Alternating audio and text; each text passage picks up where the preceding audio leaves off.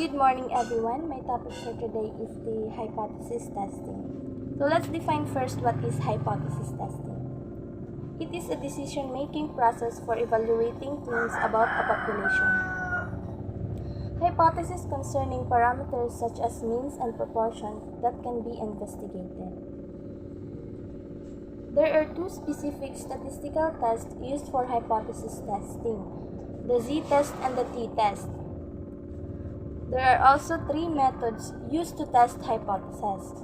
The traditional method. It has been used since hypothesis testing method was formulated. The second is the p-value method. It has become popular with the advent of modern computers and high-powered statistical calculators. The last one is the confidence interval method. For the mean using the same level of significance will not contain the hypothesis mean. There are also steps in hypothesis testing traditional method. The first one is statistical hypothesis. It is a conjecture about a population parameter. This conjecture may or may not be true. So there are two types of statistical hypothesis. The null hypothesis, first, it's symbolized by HO. States that there is no difference between parameter and the specific value, or that there is no difference between two parameters. Second is the alternative hypothesis. It symbolizes H1.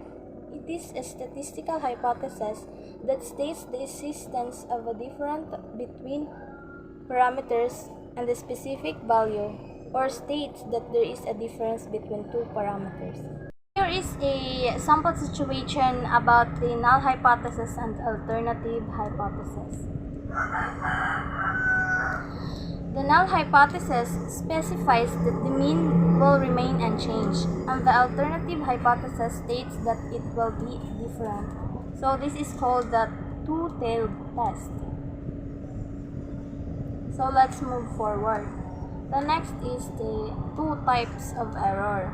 The first one is Type 1 error. It occurs if you reject the null hypothesis when it is true. The type 2 error occurs if you do not reject null hypothesis when it is false. So there is also a sample situation about a trial, and it has 4 possible outcomes. Let's move forward to the next. The 5 steps hypothesis testing problems. So if you follow these steps, you will be able to answer it easily. Here is a sample situation by following the steps of hypothesis testing.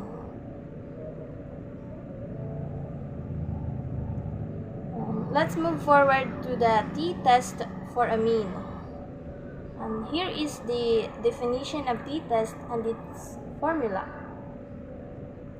Next is the z-test for proportion.